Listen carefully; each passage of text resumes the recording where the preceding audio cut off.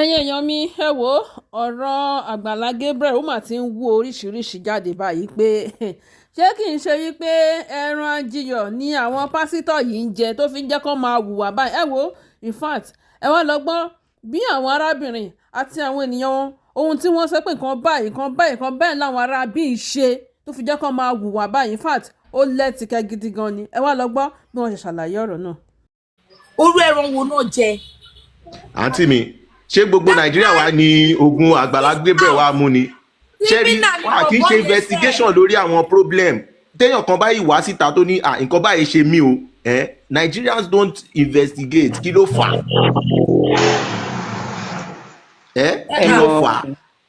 ẹ ṣe gan. the funniest thing bẹ́ẹ̀ ni pé okay ẹni is ẹni ó sick. ẹ mọ̀ gbogbo nǹkan tí ó bá ṣẹlẹ̀ nílé ayé yìí ká ṣàgbà pé bí Ọlọ́run ṣe fẹ́ nìyẹn ó yé yín. àǹtí mi ẹ má bínú mi ò ní gbà pé bọ́lọ́run ṣe fẹ́ nìyẹn ẹni sùn ẹ̀jọ̀ tó rọ lọ́run ẹ má máa lọ gbogbo ẹ̀ mọ́ lọ́run ẹni sùn kọ́ máa lọ gbogbo ẹ̀ mọ́ lọ́run lọ́wọ́ Ọlọ́run ò kọbi mọ́ ẹ̀dá kankan lé ayé yìí tẹ́tí gbọ́ Kíngádé ló ń sọ̀rọ̀ ẹjọ́ mà ta ló ń sọ̀rọ̀ pé bọ́lọ́run ṣe fẹ́ ni ẹjọ́. bọ́dà Kíyẹmí Sunday. Ọlọ́run kì í fẹ́ nǹkan burúkú fún. ẹ̀sà ẹni sùúrù sàbọ̀dá Kíyẹmí sẹ́yìn lẹ́sọ̀ pé bọ́lọ́run ṣe fẹ́ ni ẹ̀sà.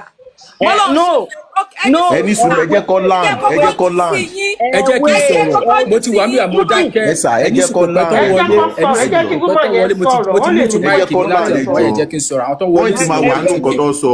ẹ mú nǹkan mo ní kí nǹkan bá ṣe ṣẹlẹ̀ láyé ẹ jẹ́ ká gbà pé bọ́lọ́run ṣe kọ́ nìyẹn because gbogbo nǹkan tó ṣẹ̀ṣẹ̀ ń ṣẹlẹ̀ ń sìn tó bá jẹ́ pé tẹ́lẹ̀ ni wọ́n ṣe sọ̀rọ̀ yẹn tí ò bá jẹ́ pé gẹ́ẹ̀ yẹn jáde ń sí kí mẹ́ni kejì kó jẹ́ pé ó ṣe máa ń sọ̀rọ̀ wípé bóyá wọ́n gba 8 million naira àwọn yọ 4 million naira nínú ẹ̀ kinní kan kí ìyá àbèjì ọmọ aráyé tún jáde ń sìn ìyá àbèjì ọmọ aráyé le kì í ṣe pé nǹkan tó jẹ́ pé ó jẹ́ bàbá fún gbogbo èèyàn àwa èmi tí mò ń sọ̀rọ̀ yìí mo mọ iye tí mo dá sí Àgbàlá Gabriel nítorí ti ìyá àbèjì ọmọ aráyé le. gbogbo wa jọ dání. wọ́n ní wọ́n máa bá yín sọ̀rọ̀ lórí ìsàfọlásádé yẹn náà máa bá yín sọ̀rọ̀ lórí WhatsApp ṣe ti rí mẹ́sẹ̀gì wọn. tí àǹtí Rónkẹ́ ṣẹ̀ṣẹ̀ ń sọ ẹ mọ̀ bí àǹtí Rónkẹ́ ṣe ń gbà yẹn nìyẹn ìgbà tó fẹ́ dáwọ́ sí ìyá àbèjì ọmọ aráyé ọmọ ìyá àbèjì ọmọ aráyé le bó ṣe ń ṣe nìyẹn ń gbà yẹn so àǹtí Rónkẹ́ fún alára wọn wọ́n nídìí láti bójú tó wọn dáadáa because gbogbo nǹkan tó kà ń sọ yẹn gan I think is a spiritual thing. ẹ ṣe máa dá owó sí èèyàn lọ́wọ́ báwo wọ́n ti máa dáwó sí èèyàn lọ́wọ́ ń sìn ó bá wọ́n ní ókè ńgbà yẹn wọ́n ra mọ́tò fún ìyá àbèjì ọmọ aráyé le. wọ́n ní mọ́tò yẹn ò gbádùn mọ́tò yóò ṣe é. wọ́n tẹ̀ ń sọ ní pé mọ́tò yẹn ò gbádùn. orúkọ ẹ̀kọ́ ló wà nínú ìwé mọ́tò àlòkù. bẹ́ẹ̀ ni gbogbo ẹ̀ la gbọ́ mọ́tò àlòkù náà pé. orúkọ ìyá ọmọ aráyé le kọ́ ló wà nínú ìwé mú níbo. ọmọ ẹ̀ bèrè dọ́kúmẹ́ǹtì ilé wọ́n ní kò tí ìyàbá láti ní dọ́kúmẹ́ǹtì ilé gbà. wọ́n ní kò tí ìyá ó yẹ kó ti jáde títí ó yẹ kó ti jáde ńgbà yẹn pé orúkọ ìyá àbèjì kọ́ ló wà nínú mọ́tò. wọ́n lè jáde níbi tán wà. kí lẹ̀ ń sọ yìí àǹtí yìí kí lẹ̀ ń sọ yìí. ẹ mọ tó ń fèsì ń bẹ yẹn ni. àná wọn náà láwọn tó máa ń dùn wọn. ẹ jẹ́ sọ kọ́kọ́ fún yín sà. lílù bí bàrà ṣé bá na àwẹ̀ ìlú ìdí ṣé bá ń dàdọ̀ wálẹ̀ tí wọ́n nà ń bẹ̀ ṣé bá ló nà ẹni tó jù ẹ lọ. àṣírí ìgbà tó ń sọ pé wọ́n lọ Muyideen ìgbà yẹn àwọn èèyàn ń fún Muyideen pé bóyá kò mọ̀ kan tó ń sọ ni bóyá ọkọ̀ tó ń Muyideen jùlọ àti mi ayé yá dáa. ó bá sọ yìí lọ. ó bẹ̀rẹ̀ sí gbóhùn lójú ìyàwó ẹ̀. tọ́lá ẹ̀ lọ máyé dẹ̀ ṣí aṣọ ẹ̀ oníkàwé gbogbo ara lọ́wọ́ egbò lọ́wọ́ ẹni tó dẹ̀ wá ẹni tó nàyàn lọ. nísìnyí báwọn èèyàn ti believe Muyideen sí gbogbo ọkọ tí bàbá yẹn sọ ń gbà yẹn tó tọ́ ni.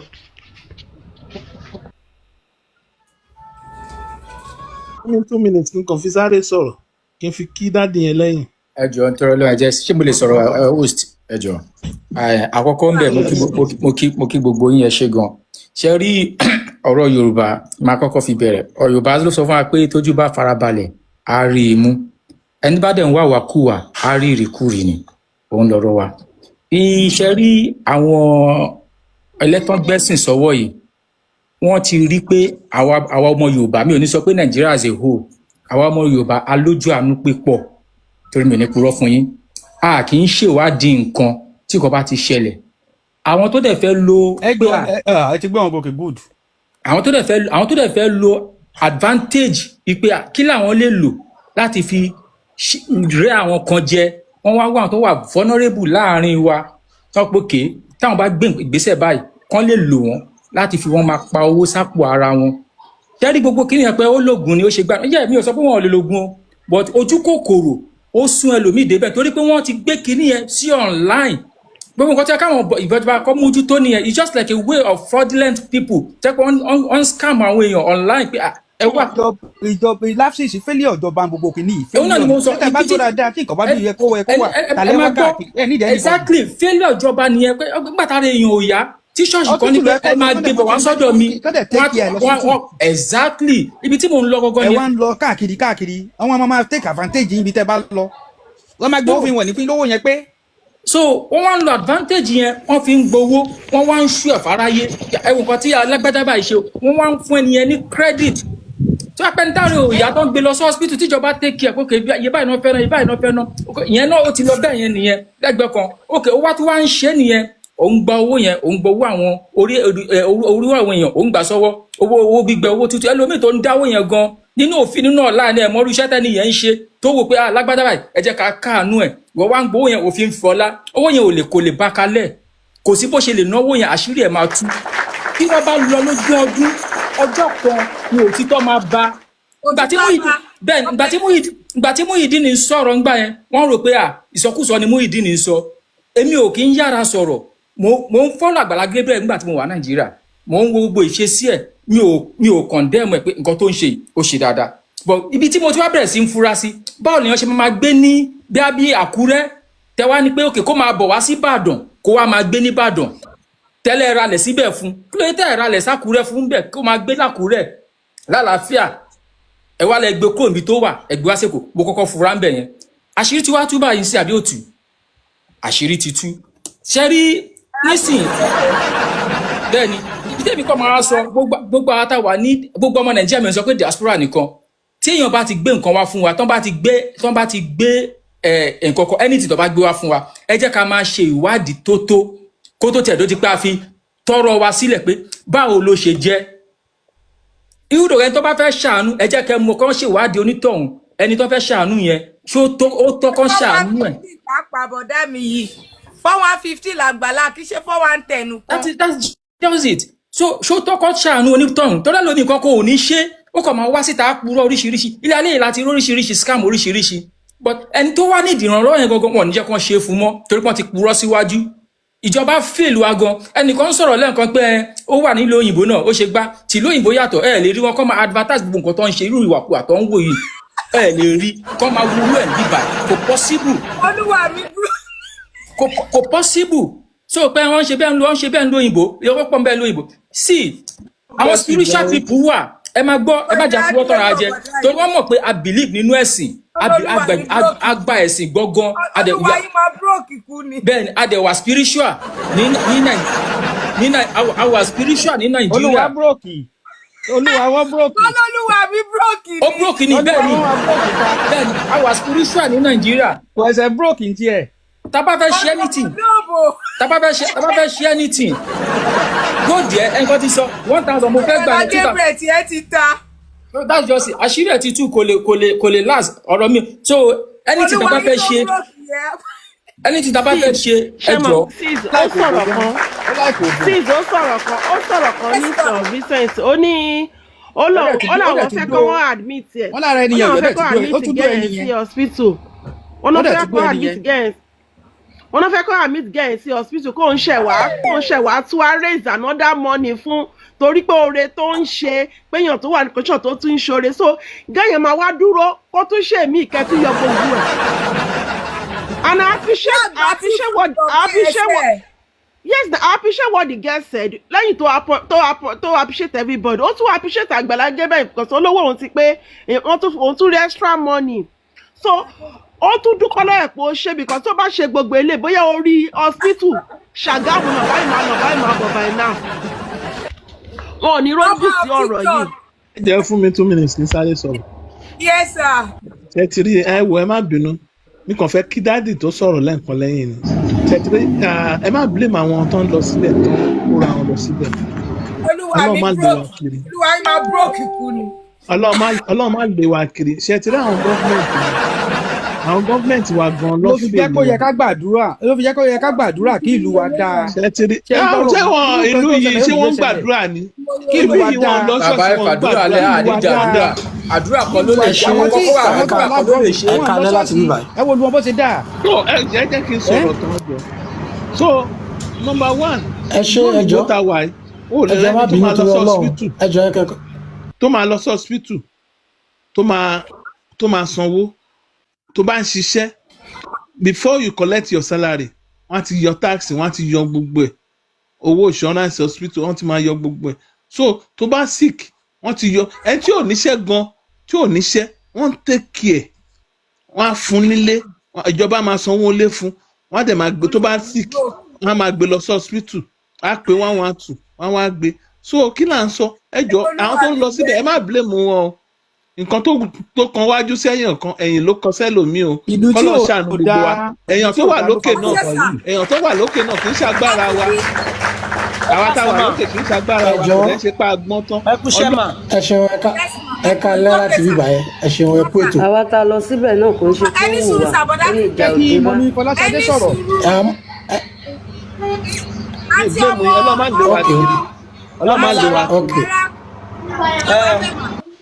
mo wà ń bí. kò ń ṣẹ̀yìn.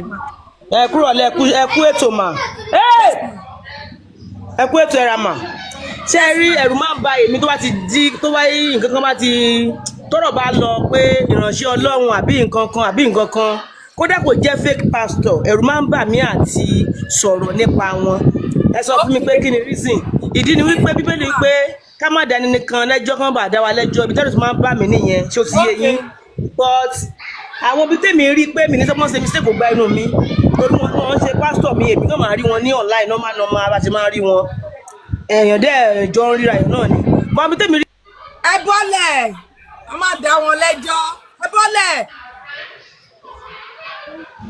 ó dáa ajá àríwá ẹsẹ̀ já bọ́ yẹn ẹ jẹ́ kí ìmọ̀ Fọláṣadé ẹ rí pé ṣé pé ìsàlẹ̀ ni mo gbé ṣé pé sọ̀rọ̀ ni mo gbé. ẹjọ́ gbà mí láyè ìṣẹ́jú kan torí Ọlọ́run.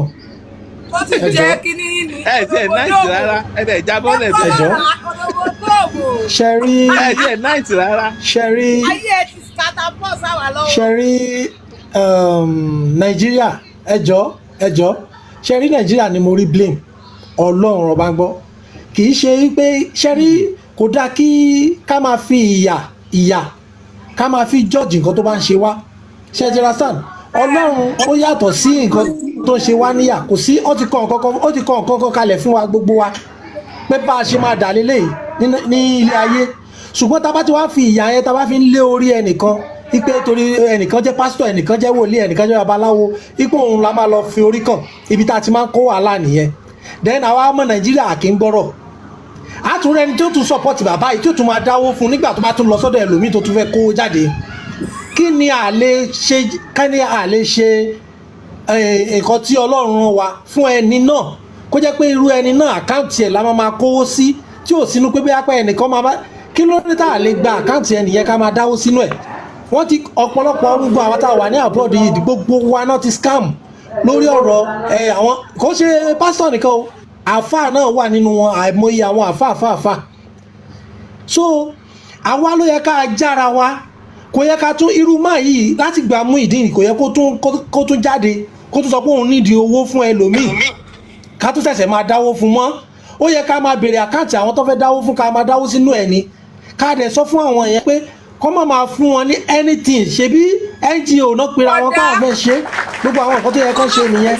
àkáǹtì ẹni tí wọ́n dáwó fún náà ti ń gbowó jáde yìí. bọ̀dá Alátúnjí. àkáǹtì ẹni tí wọ́n dáwó fún náà ti ń gbowó jáde yìí. bọ̀dá Alátúnjí ẹni sùúrù bọ̀dá Aládé ẹjẹ́ dáhùn náà. bọ̀dá Alátúnjí. yes mo ń dá yín lóhùn mo pause tẹ́lẹ̀ ni. mo ń dá yín lóhùn ẹni sùúrù bàtà pé èèyàn ní. bí ẹ mọ nǹkan tá pé Débọ̀ Ọlọ́ràá a ní àgbà scammer. now this is it nígbà tó kọ́kọ́ bẹ̀rẹ̀ ti Muyideen ó lo account number ẹ̀ ó wá rí pé ọkà ti fó now ìgbà tí ya ọmọ aráyé náà the same time àkáǹtì ẹ̀ ó wá rí pé ọkà ti fó nígbà àwọn bàbá sún èbèbè yẹn ó wá lo àkáǹtì lady yẹn tó yẹ pé ẹ̀gbọ́n tó ń ṣẹlẹ̀ báyìí àkáǹtì lady yẹn ló wá mú èèyàn tí lady yẹn tó lọ ń wo gbogbo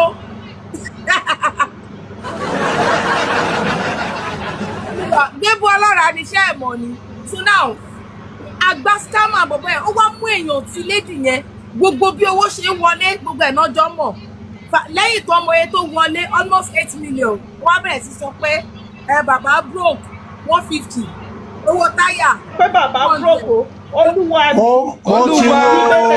mo ti wo profile gẹ̀ yẹn mo ti rí gbogbo ẹ̀ olúwa broke. ní last week tí mo sọ pé máa sọ pé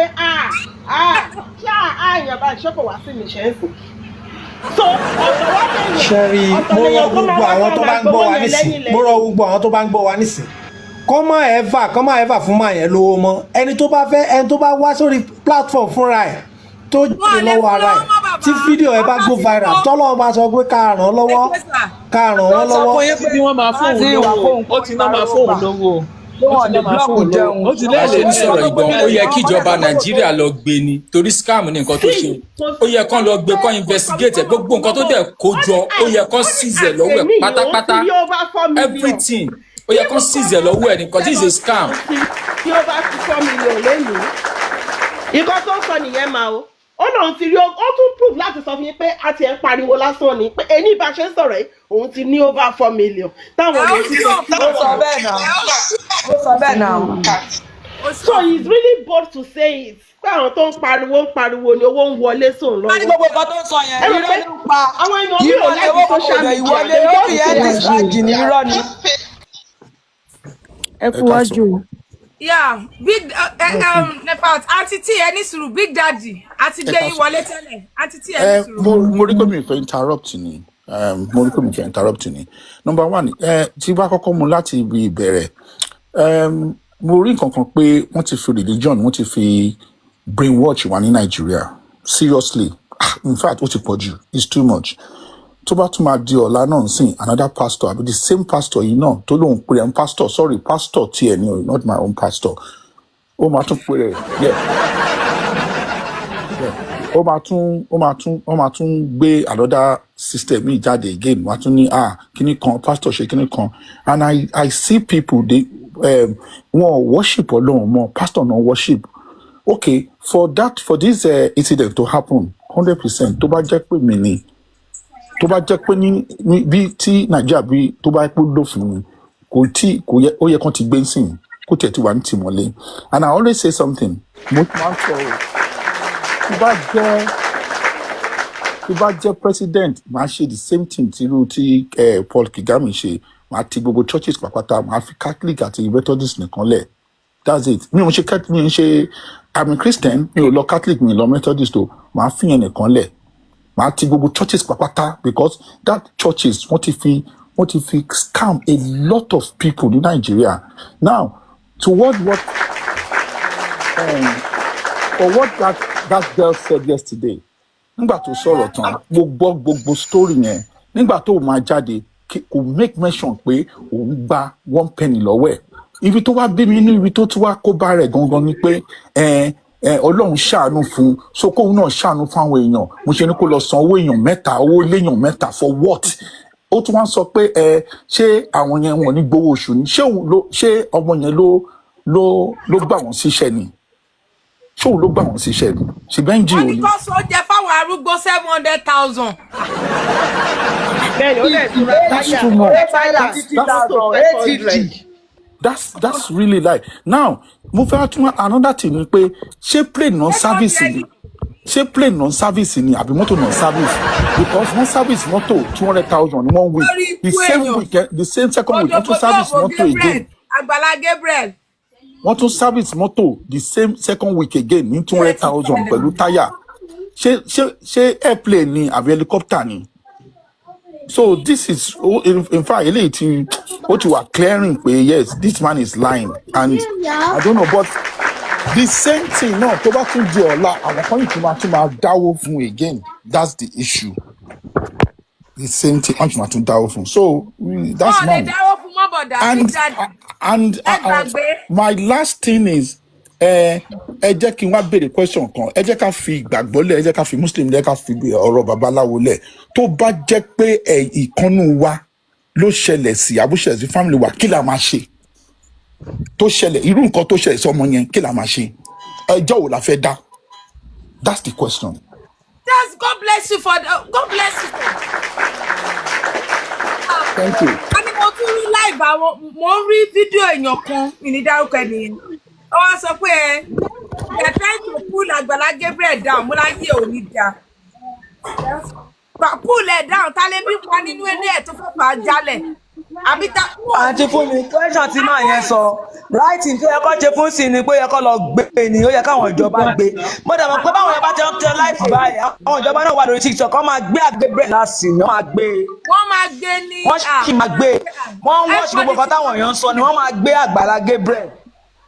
Wọ́n máa gbé now ṣẹ́rí fáwọn wọ́n sọ pé they are trying to pull him down mo ní lórí àwọn nǹkan tí gbogbo àwọn people pass through.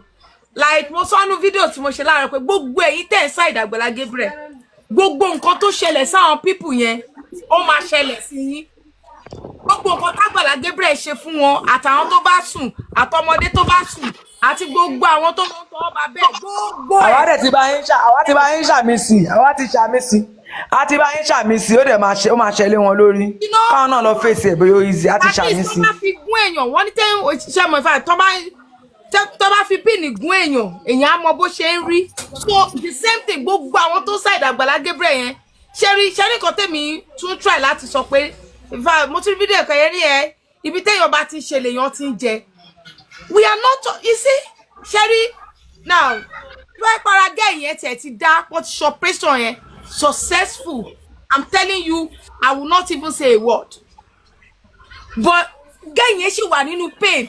In fact, as long tí gẹ̀yẹ́ tó bá gbabẹ̀ tó bá kú ńkọ́ ní gbogbo ìgbà tó yẹ kó ti ṣe operation kó ti ṣe wọn ò ṣe wọ́n yáwó wọ́n lọ fi ń ṣe wọ́n sọ pé olúwa mi broke olúwa mi já 600k olúwa mi is this thing normal? So gbogbo èyí tẹ́ support Gébù Ọlọ́ràá gbogbo èyí tẹ́ support Gébù Dòbòdòbò gbogbo èyí tẹ́ support Gébù Agbala Gabriel gbogbo nǹkan tí ó ṣẹlẹ̀ tí gbogbo àwọn èèyàn ẹ̀ ó máa ṣẹlẹ̀ sí ìran yín lágbára Ọlọ́run lágbára àwọn tó láyé. Òòṣà òyìnbó gan sọ pé àmín. Because ṣé mo èèyàn máa fi nǹkan kan èèyàn máa fi nǹkan kan gún ara ẹ̀ pé wàá fi ara ẹ̀ sí position àwọn èèyàn yẹn. Imagine ìyá ọmọ aráyé lẹ́sìn màmá yẹn ti worst. I'm telling you, video if I want to mama ẹ wá sí live lẹ́ni lọ́dọ̀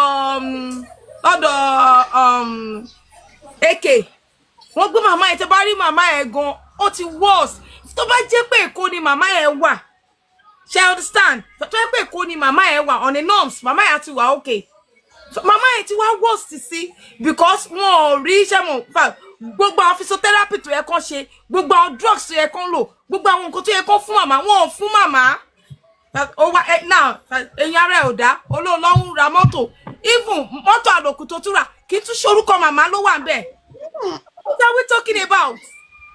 So ṣẹ́rí èmi máa kàn sọ gbogbo àwọn tó àwọn kò ṣàwàbà ẹ̀kọ́ lẹ́sà báwọn dé yín sà ẹ̀rà sà gbogbo èyí tẹ́ support Agbala Gabriel gbogbo ilẹ̀ máa fara gba ìdà kò síbẹ̀ ṣe lè mọ́ ṣe tó gbogbo èyí tẹ́ sọ pé nǹkan t'Agbala Gabriel ṣe fún gbogbo àwọn èèyàn yìí ó dáa gbogbo ilẹ̀ máa fara gba ìdà because ṣe rí àwọn nǹkan kan wà tẹ́ pé now nígbà Muyideen gbogbo aláṣọ pé okay maybe that brother is just casting crew bí a torí pé bó ṣe máa ń ṣe wérewère ṣe to understand but nígbà tó wá sọ wípé wọ́n nà lẹ́gba mo ní ìwọ ọmọ 30 years as a dead but ó ṣe 30 years birthday ni nígbà tí Muyideen ìwọ ọmọ 30 years ó dá 40 something dùbúlẹ̀ over 40 ó dẹ̀ nà lẹ́gba what the hell on this earth ẹ̀yin ọmọ Nàìjíríà ẹ̀dẹ̀ ṣe sọ pé nǹkan lára yín ṣì sọ pé nǹkan tí bàbá yẹn ṣe dáa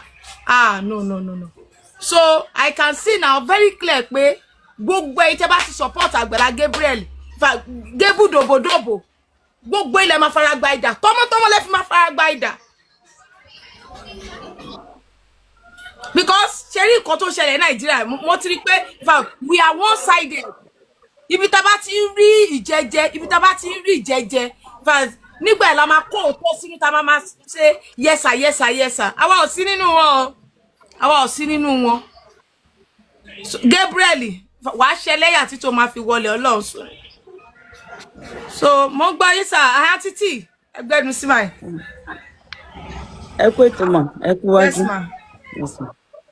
ṣẹ́rí first time mi lélẹ̀ tí mo máa dá sí ọ̀rọ̀ báyìí ní TikTok mi kì í sọ̀rọ̀ mo kàn máa ń listen bọ̀ bọ́rọ̀ yẹn ṣe ká mi lára àwọn ló ṣe fẹ́ jẹ́ kí n sọ̀rọ̀ nǹkan tí mo rí bẹ́ẹ̀ ni pé anybody tí ó bá ń support Àgbàlá Gabriel that means they are the same thing nítorí pé bílẹ̀ ayé ìṣe wà méjì la wà ìṣẹ̀dá èèyàn méjì ló wà so irú ẹ̀dá bíi titi ẹ̀ nìyẹn gbogbo nǹkan téèyàn bá dẹ̀ ṣe láyé ilé èèyàn máa gba èrè ẹ̀ ẹni tó ṣe rere àgbà tó bá sọ pé lọ́n sọ pé ká má ṣèdájú ẹnikẹ́ni àwa fúnra wa mọ nǹkan tó jẹ́ ẹ̀ṣẹ̀ a mọ nǹkan tó tọ́ a dẹ̀ mọ nǹkan tí ò tọ́ experience tèmi ti rí èmi máa ń kó gbogbo pásítọ̀ bákan náà ni lọ́dọ̀ ti tèmi mi kò fẹ́ dárúkọ pásítọ̀ kọ̀ọ̀kan but mo máa ń kó gbogbo pásítọ̀ bákan náà because I have seen a lot from them nígbà tí mo máa ń believe pé anybody tó bá jáde nísìn tó bá sọ pé pásítọ̀ lòun ẹni yẹn ti já ni èèyàn tó bá ti já tí ò rí 419 ṣe ló máa ń ṣe pásítọ̀ ẹni tó bá ti já ló máa ń lo level yẹn ló máa lo pretense way yẹn láti fẹ́ fi enter àwọn èèyàn nítorí wọ́n mọ̀ pé àwọn èèyàn máa ń láìkí èèyàn tí ó bá rí ìbínú tí ò ní lè sọ̀rọ̀ tó bá ròótọ́ tí ò ní sọ tó máa dákẹ́ tó máa ṣe nú ẹ tó dẹ̀ máa pa wọ́n lára irú ẹ̀dá yẹn làwọn èèyàn máa ń láìkí nílé ayé yìí òun làwọn 419 yẹn ń sìn lọ́ ṣe ń sá sábẹ́ pásítọ̀ ipe pásítọ̀ lọ́wọ́n tí wọ́n fi ń gbá ọ̀pọ̀lọpọ̀ èèyàn tí wọ́n dẹ̀ fi Àgbàlá Gabriel ikú ló pé ikú Àgbàlá Gabriel tó tí wọ́n fi ń ṣe ọ̀pọ̀lọpọ̀ àwọn èèyàn ní jàǹbá ó lè ní orí tó ṣẹ àbásìkò ẹ ti tó òun ló ṣe jẹ́ káṣírí ẹ̀ tú báyìí. God bless you my sister. gbogbo àwọn tó ti ń ṣe fún àbórí gẹ́ yẹn tó wá sọ síta yẹn náà bóyá orí gẹ́ yẹn ló fi jẹ́ káṣírí ẹ̀ tú ṣùgbọ́n èmi ṣàmọ̀ pé ẹ̀san wà kò sí nǹkan téèyàn ṣe láyé yìí èèyàn máa gba èrè ẹ̀ èmi ò kí ń lọ sí ṣọ́ọ̀ṣì o pẹ̀lú nǹkan tí pásítọ̀ ti ṣe fún mi tí n bá dárúkọ pásítọ̀ ńlá kan ní yí ẹ̀ kan bí mo ṣe lọ kébà ni mo máa ń lọ sí ṣọ́ọ̀ṣì ẹ̀ tẹ́lẹ̀ ó ń gbé láyọ̀bọ̀ pásítọ̀ yẹn gan máa ń sọ̀rọ̀ TikTok dáadáa mi kò fẹ́ dárúkọ ẹ̀ ni bí mo ṣe lọ bá nìyẹn nílé ọkọ mi wà labroad nǹkan kan ṣàṣẹlẹ̀ mo ṣàṣẹ lọ bá. ẹ dárúkọ ẹ jọ. ẹ má jẹ́ kí n dárúkọ ẹ mọ̀ pé wọ́n jáde síta ẹ dárúkọ táṣírí tí ẹ bá ti tú náà ni àwọn èèyàn náà ẹ jẹ́ kí n kọ íǹtì yín pásítọ̀ yẹn máa ń sábà ṣe give away ayọ̀bọ ló ń gbé. ẹ dárúkọ. ẹ má jẹ́ kí n dárúkọ ó máa ń sábà ṣe give away ayọ̀bọ ló ń gbé ayọ̀bọ ló wà. ẹ dárúkọ káwọn èèyàn míì náà má tún kó sí páńpẹ́. táṣírí ẹ bá ti tú tó bá ti tó táìmù yẹn káṣírí ẹ tú. kò sí wàhálà ẹ má sọ̀rọ̀ yín. mo ní láti lọ kébà nílé gẹ́gẹ́ bí ọmọ ọjọ́ tó jẹ́ pé mi ì ṣiṣẹ́ kankan gbà yẹn ṣọ́ọ̀ṣì ní gbogbo ìsìn gbogbo ṣọ́ọ̀ṣì ní máa wà Monday Tuesday Wednesday ṣọ́ọ̀ṣì nígbà tí mo sì jẹ́ full tí mi ò tí jà ṣọ́ọ̀ṣì ní máa wà. bàbá Yorùbá ló gbé ṣọ́ọ̀ṣì wo ẹ kò dárúkọ ṣọ́ọ̀ṣì. àwọn bíi àwọn ṣọ́ọ̀ṣì aláṣọ ara yẹn ni bíi Pentecostal church ni okay ma. Pentecostal church ni so mo ṣàwà débẹ̀ lọ́jọ́ yẹn pé ẹjọ àti fún mi ẹjọ máa padà wá mo fẹ́ connect ẹ mọ́ mọ́tò mi mo ń jáde ẹjọ mà. ipe ọkọ mi wà labroad ó ń fèsì àwọn nǹkan kan ó ń ṣe gbogbo ẹ̀ ẹ jẹ́ mọ̀ pé pásítọ̀ yìí ó lé mi dànù ni pẹ̀lú mi wọ́n wà ní ṣọ́ọ̀ṣì tó tí màá tún gbálẹ̀ ibi tí mo ti wá ń ké lọ ń pé kí ló ń ṣẹlẹ̀ yìí wọ̀ lọ pásítọ̀ yẹn nìkan dẹ̀ ni mo mọ̀ mi mọ́bi kankan ọlọ́kadà tó gbé mi ló wá gbé mi lọ sọ́dọ̀ àáfàá kan ní ìsọpá àáfàá náà dá o mo kàn ń sọ̀rọ̀ ni o àáfàá yẹn ni mo wá dọ̀dù ẹ̀ òun ló wá ṣe gbogbo nǹkan tó yẹ kó ṣe tọkọ mi ò fi ní problem ń gbà yẹn ní tí gbogbo everything fi wà okay so lẹ́yìn ìgbà yẹn mo tún wá lọ sí church mi mo tún lọ sí kan náà ní Ìpàjà ní Pentecostal church náà ni so pastor yẹn wá pé ìgbà yẹn ni àtọkọ mi ti wá jà so wá ní mo ní láti ṣe deliverance ipe ọkọ mi ti ṣe nǹkan kan sí mi lára nǹkan ìgbà tí mo máa kúrò ń bẹ̀ mo ṣàsùnmọ́ pastor yẹn máa sọ pé kí n máa wá pọ̀ máa ṣe deliverance fún mi ọjọ́ tó máa ṣe deliverance fún mi bóyá ń ṣe deliverance yẹn báyìí ó fẹ́ máa ó tẹnu bọ̀ mí lẹ́nu ẹ má jẹ́ kí n pretend ó ti ẹnu bọ̀ mí lẹ́nu ó sọ pé ó lẹ́nu ni kíní yẹn ti máa jáde pé tóun ò bá kiss mi hard ipe deliverance yẹn. Jesus Christ. Ní deliverance so lẹ́yìn ìgbà yẹn tí mi ò ṣàgbà fún pastor yẹn wá ń fà mí mọ́ra ipe Ọlọ́run ní mi lò ṣé ó ṣáà ń fà mí mọ́ra at the end of the day mo wá find out pé yahoo ni pastor yẹn gay dẹ̀ ni ó máa ń ṣe gay pẹ̀lú àwọn clients pẹ̀lú àwọn òyìnbó ó máa ń yọ kíní ẹ̀ síta lórí laptop á máa fi wọ̀n wọ́n báyìí àwọn yẹn máa fún lówó pastor dẹ̀ ni tèrò pọ̀ ní chọ́ọ̀chì ẹ̀. Okay, ṣé pastor tẹ ló wà lágbàlá Gabriel ẹ̀ mà? Oh, sorry. No, another one reason tẹ́mi ò fi lọ sí church mọ́ ni mò ń sọ yìí o another one ní Ìpàjà. Lẹ́rí àbò Ìpàjà. Ní Ìpàjà mo sàn ló wà. Okay ma Pentecostal náà ni. Pentecostal náà ni. So wá ní tàǹgbà kan ṣe má ṣe àti sùn mo máa ń ní àwọn ẹ̀bùn orin mo wá wò pé kí n máa kọrin so mo wá wò pé kí n lọ sí church kan tí mo mọ̀ kérúbù ni pé kí n lọ máa practice níbẹ̀ pẹ̀lú àwọn onílù wọn so ìgbà tí mo wá dé church yẹn pastor yẹn wá sọ pé àwọn fẹ́ kọrin níwọ tó gentle èèyàn tí ò bá fagbó lè kọrin níjẹ̀gùn pastor yẹn ó gbégbó jáde nínú ọ́fíìsì ó dáná sí ó sọ pé kémi náà fà á wípé igbó lòun máa tún gun ọ̀tà. ẹni sùúrù àǹtítì ẹni sùúrù mà ẹni pásítọ̀ yẹn ó gbé ẹja jáde ó fà á ó ṣáná sí ó ń kọ́ mi bó ṣe ń fa igbó. ó ṣáná sí láòdì ẹ.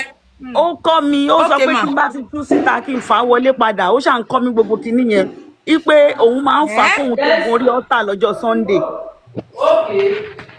Ó ní tóun bá fà pé òun kì í gorí ọ̀tà ipò òun láction tó máa ń wá lọ́jọ́ Sunday ni.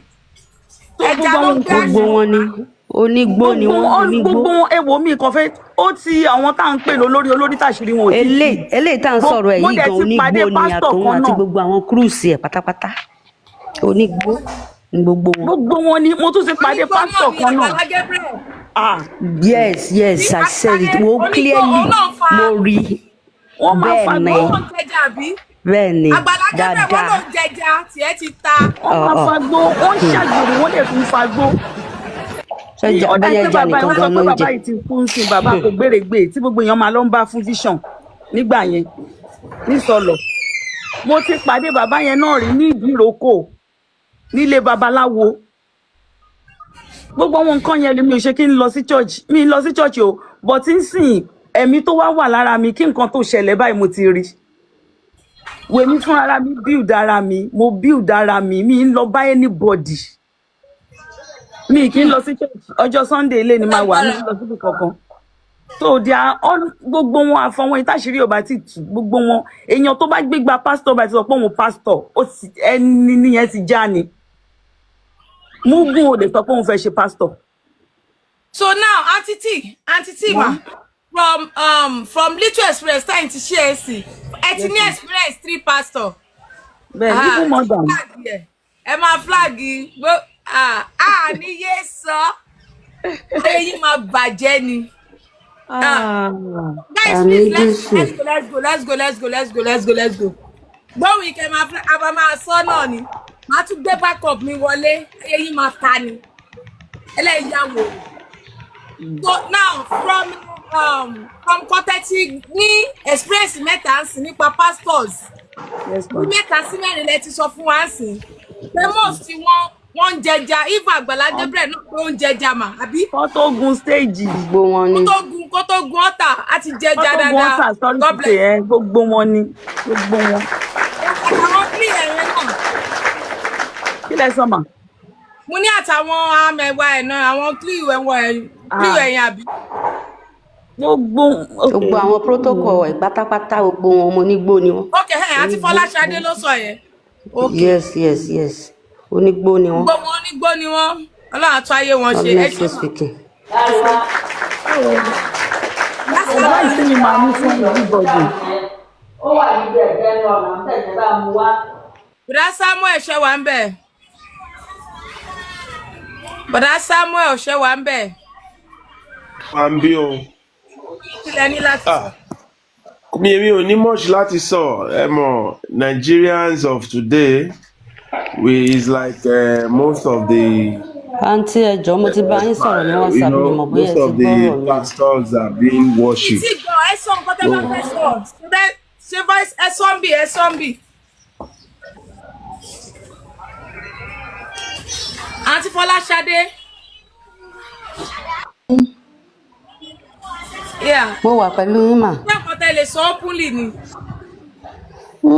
Nǹkan tí mo lè sọ náà ni but ṣe mọ̀ mo kàn feel pé ẹ̀yin tẹ́ jẹ́ kinní pé bóyá tẹ́ bá gbọ́ ẹ lè bá mi fi ọgbọ́n àti òye láti fi digest ẹ̀ kó tó di pé ó máa come out ni èmi ṣe ní pé bóyá kẹ́ kọ́kọ́ bá mi gbọ́ ná so that ẹ lè mọ̀ bẹ́ẹ̀ ni ẹ ṣe. Ẹ máa gbọ́ tí bá ti gbọ́ máa gbé yín sókè. Yes, à ń gbọ́ ìbẹ̀rẹ̀ fún wa. Ọ̀rọ̀ wà lọ́wọ́ jàre.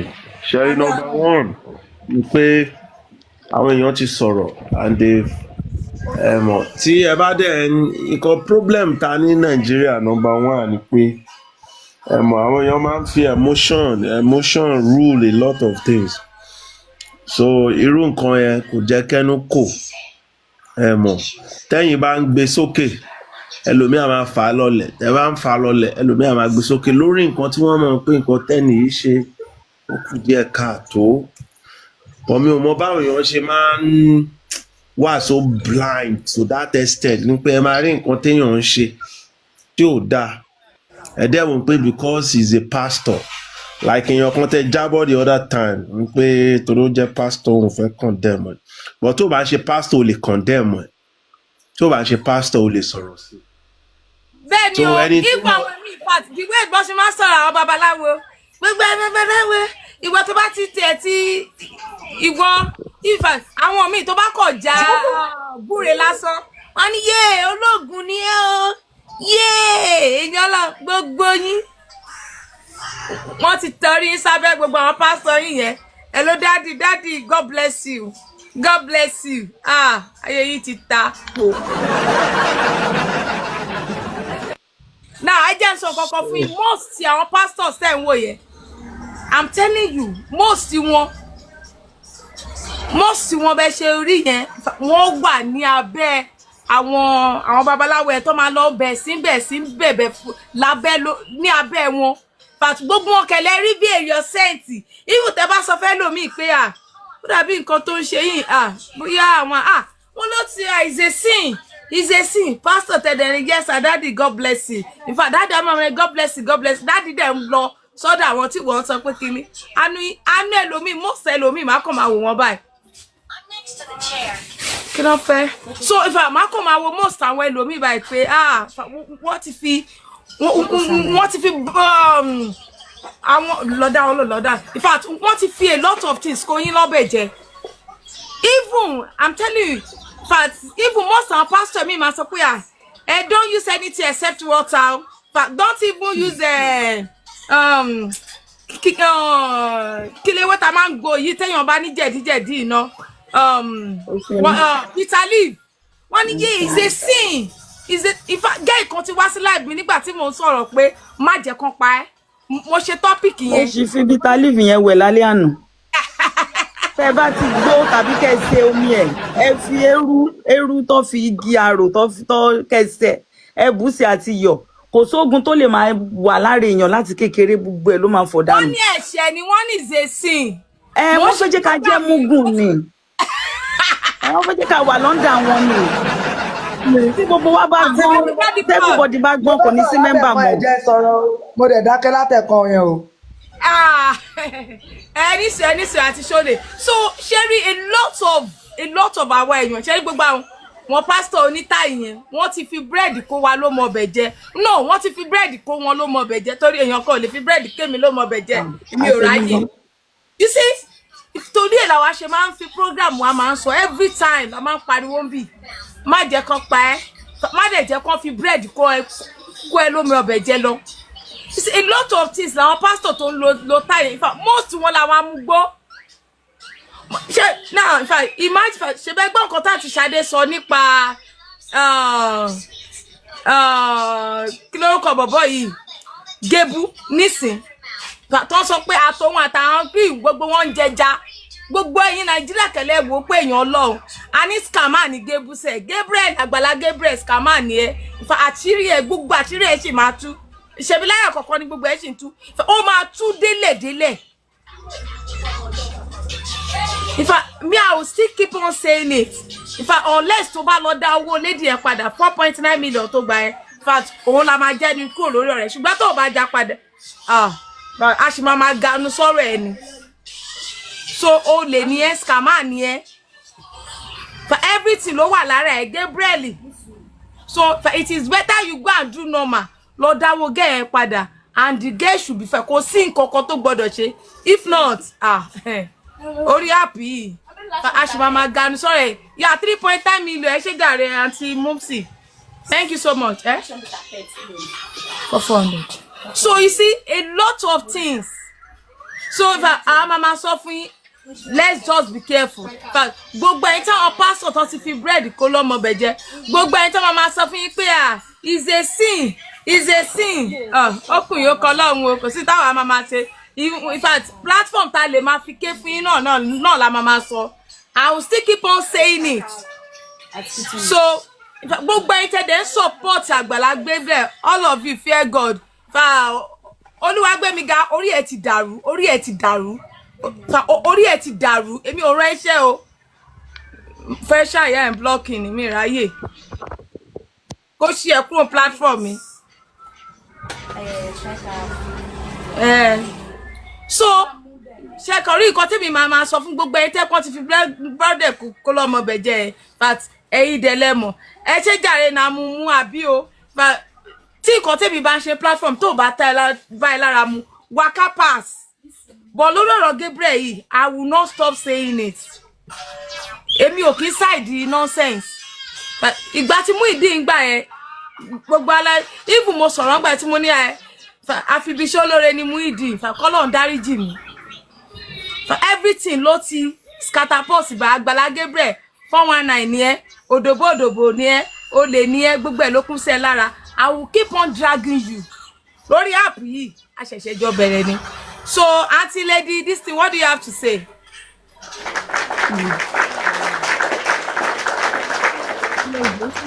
nǹkan tí mo kàn bá ní láti sọ ni wípé gbogbo wa pátápátá la lẹ́bùn ó kọ̀ jẹ́ pé bóníkálukú ṣe máa lo ọ̀tọ̀ọ̀tọ̀ ni kò sẹ́ni tọ́lọ́run ò ṣetán láti dá lóhùn ṣùgbọ́n tá bá lè fira wa lẹ̀ fọ́lọ́run ká máa pe Ọlọ́run fúnra wa ká dẹ̀ sá fún nǹkan tó ń jẹ́ ẹ̀ṣẹ̀ lọ́dọ̀ ti tèmi o ẹ̀ṣẹ̀ kò kí ń ṣe pé bóyá èèyàn wọṣọ kan àbí èèyàn mọtí kò ń ṣẹ̀ṣẹ̀ lọ́dọ̀ tèmi but àwọn nǹkan tá mọ̀ wípé ọmọlàkejì wa tá bá ṣe kò ní tẹ́ lọ́rùn kò yẹ ká máa ṣe òun lẹ̀ṣẹ̀ tèmi rò pé ó jẹ́ ẹ̀ṣẹ̀ nǹkan tí mi ò lè gbà kí n má ṣe fọmọlàkejì so téèyàn bá ti lè kí gbogbo àwọn nǹkan yẹn téèyàn bá bọ́lọ́run sọ̀rọ̀ Ọlọ́run máa tọ́yàn sọ́nà ó máa báyàn sọ̀rọ̀ débi pé ó máa yàyàn gan lẹ́nu gbogbo àwọn pásítọ̀ yẹn most of them Ọlọ́run ò kí ń bá wọn sọ̀rọ̀ ilé ìyẹ̀mí wò lọ́pọ̀lọpọ̀ wọn máa ń lọ ọ̀pọ̀lọpọ̀ wọn máa ń ṣáájò ni ájò wípé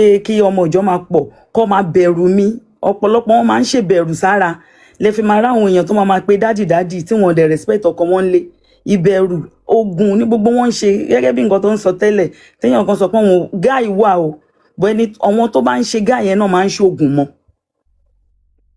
gáì lásán ò ṣeé ṣe láìsógùn ó ti àwọn 419 fẹ́ pé so gáì wà oògùn náà wà so tá bá ti lè máa pe Ọlọ́run dẹ̀ ń jẹ́bi tàtijọ́ àwa la ṣetán láti fara sílẹ̀ nǹkan tí ò kàn wá la máa ń dá sí tabaréyàn kan tó wọṣọ kan tó lọ sí àmà ní àkélétélè wá wọṣọ tó ṣíra sílẹ̀ báyìí ìyẹn ń ṣẹ̀ṣẹ̀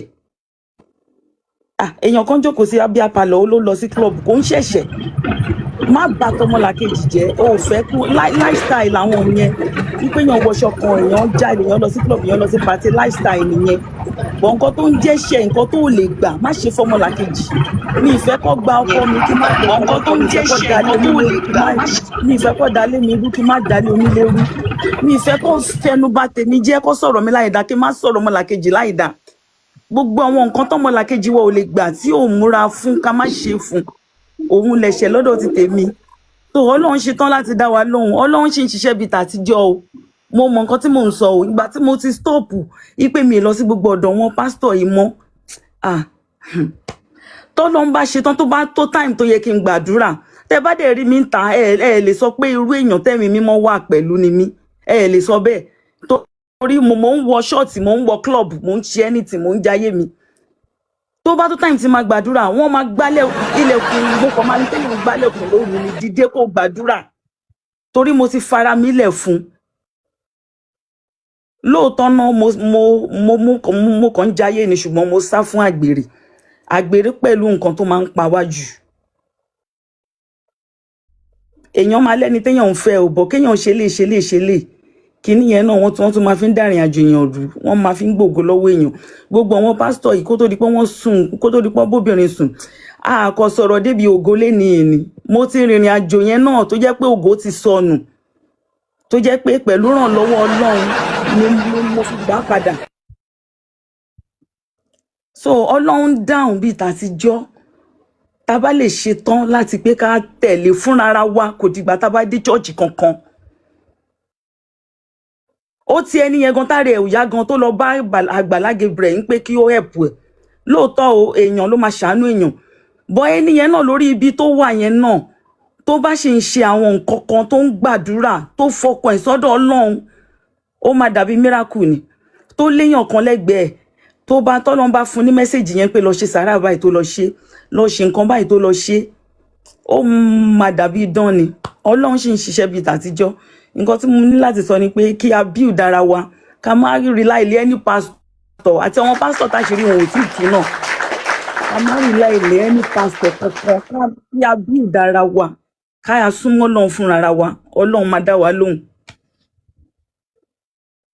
nǹkan tí mo ní láti sọ nìyẹn tó bá dẹ̀ lọ́nà tá a lè fi ran lédi yẹn lọ́wọ́ tó bá lọ́nà tá a lè fi ràn lọ́wọ́ tó jẹ́ pé ìwọ̀nba tá a bá ń ṣe náà. ìjọba ló lè ràn lọ́wọ́. ok sir. ṣe rí ọ̀rọ̀ tó wà ńlẹ̀ ṣé ń gbọ́ mi. yes sir. ẹ̀ ló ṣe ilé gbọ́ mi. ráì pé mi ò tí mi gbọ́ yín dáadáa mà. à ń gbọ́ yín sà.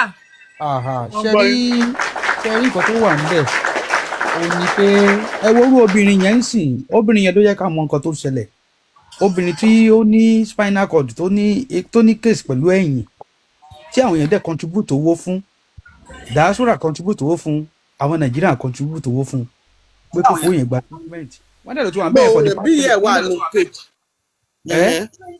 inú cage wọ́n ló tún wà bẹ́ẹ̀ for kílẹ̀ ní sọ hello wọ́n ló ti wà bẹ́ẹ̀ for the past 3 months bá ṣe wú according to what we had wọ́n ló ti ṣe dẹ̀ tó wà bẹ́ẹ̀ tí wọ́n dẹ̀ contribute owó fún un pé ó fowó yẹn gba treatment inú owó ìnáwó tí wọ́n ń gbà ṣé owó bẹ̀rẹ̀ sọ ẹ̀ kan tẹ̀ tó ẹ̀ kan fọwọ́ kọ owó. tap ẹjọ ẹ rí pé láìpẹ́ yẹn ń pọ̀ ṣẹ́jà tap. ṣé ẹ̀ kan fọwọ́ kan rú owó bẹ́ẹ̀. the girl need 13m kò yé mi. ṣé ẹ̀ kan fọwọ́ kan rú owó bẹ́ẹ̀ yẹn. ẹ continue mo fẹ́ lísì sí mẹ́sẹ̀jì àǹtí yẹn ni ẹ continue. tó yẹ kí wọ́n fọwọ́ kan rú owó bẹ́ẹ̀ yẹn owó tí wọ́n fún ẹni yẹn pé kó fi gba owó tó yẹ kó fi gba treatment owó yẹn ò tí ì pé dẹ́ẹ̀dẹ́ ti gbà kó 56,000 nínú 6 million according to what we had wọ́n ló ti gbà kó 56,000. owó ti tán. Ọlọ́run wa ní ká gbowó wá Ọlọ́run wa ẹnu Ọlọ́run wa gbẹ Ọlọ́run wa fẹ́ jẹun. ọgbọ́n tí làwọn bá fẹ́ àwọn fẹ́ repo sí mọ́tò inú owó inú lẹ́tí ti gbà wọ́n lè fẹ́ repo sí mọ́tò inú owó inú lẹ́ gbogbo ẹ̀dá kókó ẹ̀dá nìyẹn sọ kú síbẹ̀ gbogbo tẹ́ nìyẹn sọ ẹni ẹ̀ lówó experience wo nǹkan yẹn owó tí ó yẹ kẹ́ tamper pẹ̀lú tí ó yẹ kẹ́ fọwọ́ kàn rárá kó yẹn lè gbé kẹ́ gbé lọ sí hospital lẹ́yìn tó wà nínú ìnira nínú pains tó wà nínú ìnira tẹ̀rẹ̀ tó ń gba owó ọlọ́run mi ní ká gbowó wá owó epo owó àwọn arúgbó owó oúnjẹ owó ilé ṣé mo wó iná. wọ́n ní ẹnu ọlọ́run wá gbẹ́sẹ̀ wọ́n ní ẹnu ọlọ́run wá gbẹ́. ẹnu ọlọ́run gbẹ́ nínú owó ẹ̀dí ṣé mọ́ nínú rẹ̀ tó tọwọ́ bọ̀ why tó lè tà yín tó lè tẹ̀ wà heartless why ẹ tún múnú owó yẹn ẹ tún gbẹdẹgbà kó 56,000 ẹ wá tó bí ní ẹsí kólóbó 56,000 kilo ibo ló lè mú yẹn lọ sí wọ́n ti contribute owó mi fún ní platform mi o wọ́n ti within 24 hours wọ́n ti rí owó fún o about 15 million wọ́n ti realize fún ní platform mi o that very lady tó jáde yẹn wọ́n ti realize owó fún mi within 24 hours wọ́n ti rí about 60 million wọ́n ti dá fún owó tó dẹ̀ ti wà ibi tó dẹ̀ ti wà tó ti wà fún bíi 3 months ló ti ń fara ro lẹ́ẹ̀mbẹ́ ló ti wà lẹ́ẹ̀mbẹ́ tó ti owó yẹn ẹ̀kan agbó yẹn ẹ máa ní ọkọ̀ náà tún ṣàánú lẹ́yìn tó yẹ pé ó wà nínú ìnira tó yẹ kẹ́ gbé lọ sí hospital ẹ wá tún mú owó yẹn ìgbà olówó yẹn fẹ́ pé tó fẹ́ fi gbàgbà tí wọ́n dẹ̀ ní wọ́n ṣe pọ̀ bẹ́ẹ̀ ló kẹ́sìsì yẹn pọ̀ bẹ́ẹ̀ lóríṣiríṣi bẹ́ẹ̀ àwọn tó sick pọ̀ bẹ́ẹ̀ wọ́n ṣe ń treat wọn nìyẹn tí yóò sí proper treatment kan tó ń fún wọn tá a dẹ̀ ń rí bí èèyàn tá a ń rí bí èèyàn tó bá ní ẹnu ó dẹ̀ jẹ́ pé sugar coated person ẹnu ẹ̀dùn bí nǹkan míì bí ẹnu ajakara ẹnu ẹdùn búkú báyìí tó bá ń sọ̀rọ̀ ẹnu ẹdùn. ẹ jẹ́ kí mi náà sọ̀rọ̀ ẹ jẹ́ kí n contribute sọ̀rọ̀ yẹn mo ti dákẹ́ láti ẹ̀kún mo dẹ̀ lọ́rọ̀ tí mo fẹ́ sọ. now ẹ máa sọ̀rọ̀ ẹ máa tó sọ̀rọ̀ máa tó round up sí i now kò lè máa lọ bí eléyìí káwọn yẹn kan máa wò kó máa lọ bí eléyìí kádẹ̀ máa ní normal tí ni it's not normal ẹni tó síìkì tó wà nínú ìlera tó bá yẹ pé ẹni tó ṣe tí ò tẹ̀ síìkì sí ó fíà ẹni tó wà nínú ìnira wọn tó wá sọ gbogbo tó ń ṣẹlẹ̀ inú ilé bẹ́ẹ̀ gan àwọn tó ń gbalé fún tán ti kọ́lé fún. láti ṣe ti wá sálẹ̀ ẹni sùúrù sà ẹni sùúrù àǹtí Ládé Mr. Ládé ẹjọ́ àti Fọláṣadé ṣe ti wá sálẹ̀ ẹ jẹ́ kí n mọ̀ tẹ́ báyìí wá sálẹ̀ ẹsẹ̀ request mo ṣe rí àwọn nǹkan tẹ́ sẹ́ǹsì mi ni. wọ́n ní the help bó ṣe wà ní. Fọláṣadé àǹtí Fọláṣadé ni. àǹtí Fọláṣadé jàre. ṣẹ́ṣì wá sálẹ̀. so mistake tí Àgbàlá ṣe ni pé òun tún wá ní kí wọ́n tún wá gba owó lọ́wọ́ ẹni yẹn. àǹtí Fọláṣadé ẹ bá ṣì wá sálẹ̀ ẹsẹ̀ request mo ṣe wo àwọn kinní yẹn ń sìn ní ó tẹ́rìbù o so ẹ̀dẹ̀ dọ́dọ̀ Àgbàlá Gabriel wọn ò dẹ̀ rí nǹkan kan ṣe sí àfi òdòbòdòbò nìkan ló mọ̀ ṣe ayé ẹ̀ ti tadà. so àti Ṣadé ẹ̀yin obìnrin. mo ń bọ̀ sà ẹ jẹ́ kí n gbé àǹtí yẹn sókè. ṣé ẹ ti rí wọn. àǹtí Fọláṣadé mi rí wọn. wọ́n wà ń bẹ̀ tẹ́lẹ̀ bóyá wọ́n ti torí wọ́n wà ń bẹ̀ tẹ́lẹ̀ tó yẹ pé wọ́n need the help. àti Ṣadé.